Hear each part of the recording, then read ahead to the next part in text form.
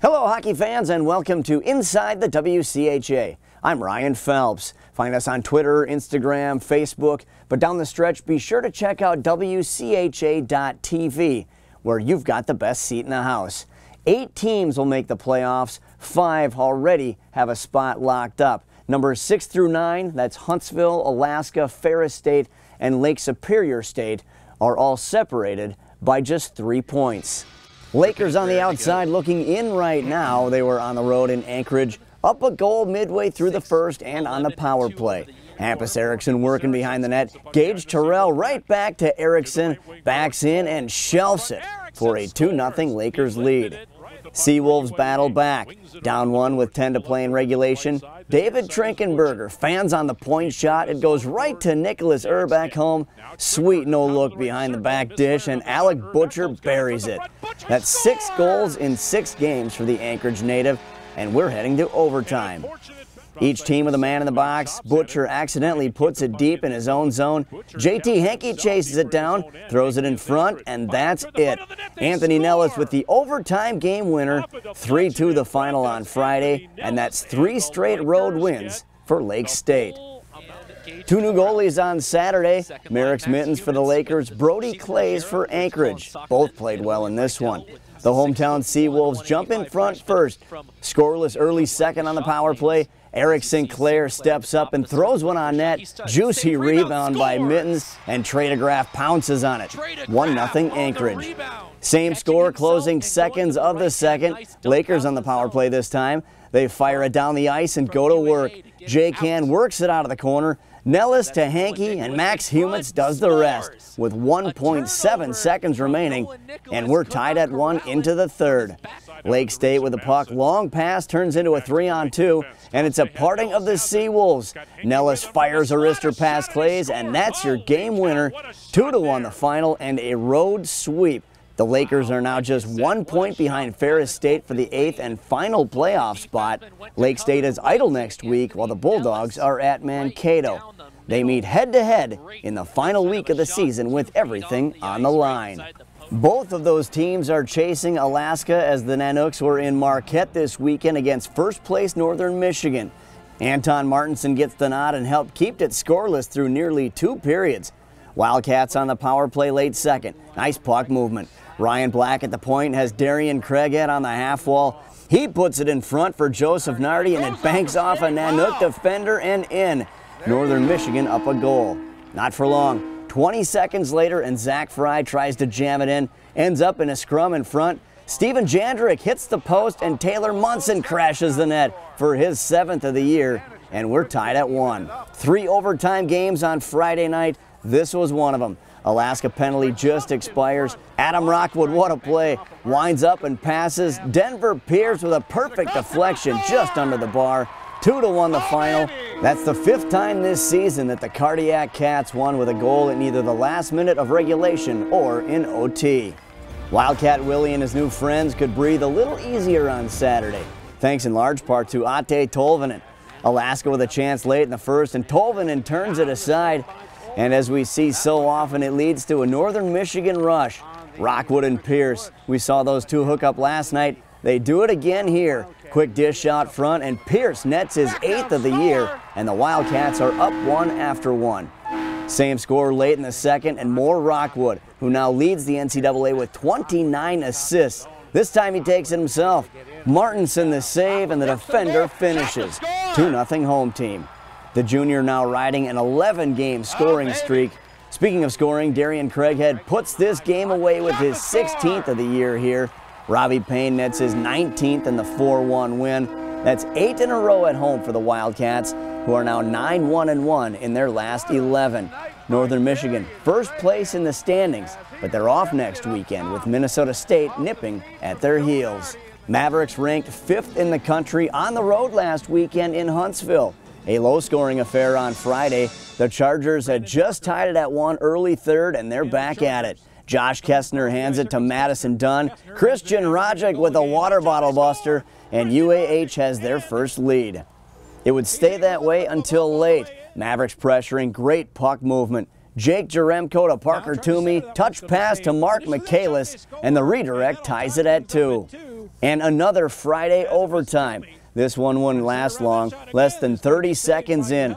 Always clutch, C.J. Cease puts in his 16th of the year, and Minnesota State wins 3-2, looking to keep pace with Northern Michigan, who also keeps winning. Saturday, less drama. Mavericks looking for their NCAA leading 23rd win this season. Up 1-0 late first with the man advantage. Jaremko, always a factor. Gives it up to Dallas Jarads, who blasts it home, and it's 2-0 MSU. Chargers would get one back early second, but shorthanded again moments later.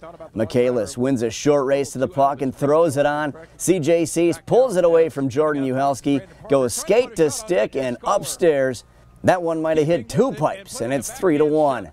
Midway through the second, there's a theme here. Another Mankato power play. A blur of black in front of the Chargers net. Michaelis with the finish. 6-1 the final. Minnesota State, winners of 7 straight, trail first place Northern Michigan by just 1 point. And the Cats are off next weekend. The Mavericks need just 2 points at home against Ferris State to take over the top spot in the standings. Another great race is at 4 and 5. Bemidji State at Michigan Tech for the Winter Classic, with the visiting Beavers just ahead in the standings and holding on to that last home ice spot.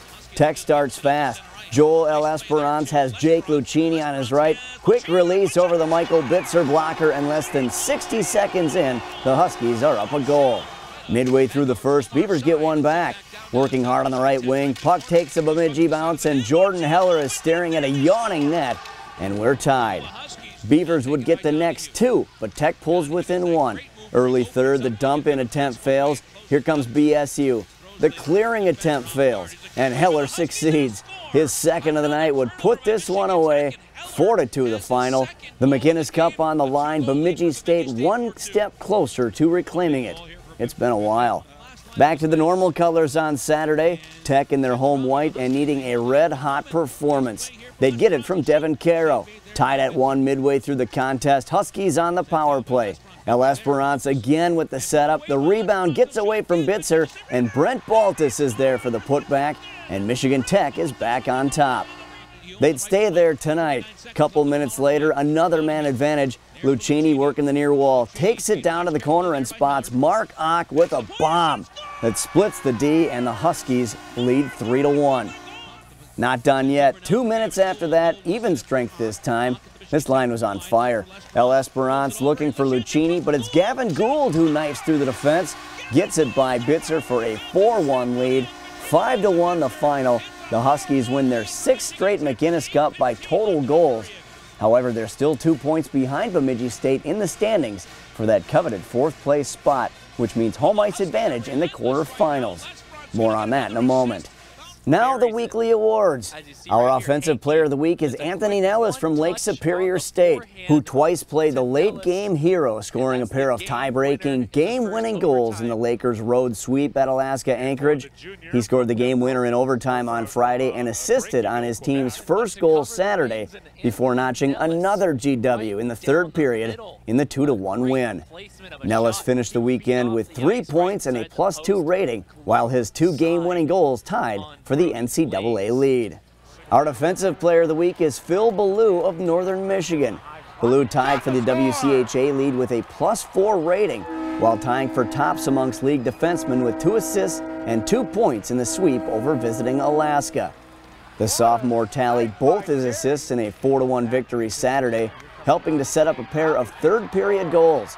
Ballou also blocked a pair of shots while he was on the ice for 5 of the Wildcats' 6 goals in the series. The goaltender of the week is Devin Caro from Michigan Tech. Caro played in just 1 game last week, but made sure it was a special one, earning Winter Classic MVP honors after stopping 36 of 37 shots in Michigan Tech's 5-1 win over Bemidji State on Saturday. The senior turned aside all 19 shots he faced in the third period, allowing the Huskies to capture their 6th straight McInnes Cup. Caro tied for 4th in the WCHA for saves despite playing just 1 game, while his .973 save percentage was best in the league last weekend. Our Rookie of the Week is Bemidji State's Ethan Somoza, who tied for the WCHA freshman scoring lead with 2 points, while his only shot of the weekend resulted in his first career goal. That was the game winner in Bemidji's 4-2 win Friday at Michigan Tech. Playing in his 27th collegiate game, the freshman buried an even-strength goal to give the Beavers a 3-1 lead. He also assisted on BSU's first goal of the game. Samoja finished the series with a +2 rating, tied for second among WCHA rookies, helping the Beavers leave Houghton with a 2-point lead in the standings over the host Huskies. Let's look at the overall standings. Northern Michigan up by a point over Minnesota State, but the Mavericks could leapfrog the Idle Wildcats with 2 points next weekend as they host 8th place Ferris State. In third, Bowling Green. They were off this past weekend and head to Anchorage starting on Thursday. 4th place Bemidji State is home against Alaska this weekend, while Tech has a non-conference set in Houghton with Arizona State. The Chargers in 6th, Nanook 7th. Both are off this weekend. That's it for this week. Just 2 weekends left on the regular season schedule with still plenty of room for movement. Check out all the action at WCHA.tv, where they come to play, we come to watch. Stream any game on any device. The Beavers and Huskies are still looking to lock down home ice, with spots 6 through 8 still wide open and likely to come down to the very end. Until next time, thanks for joining us, folks, and I'm Ryan Phelps saying so long from St. Paul.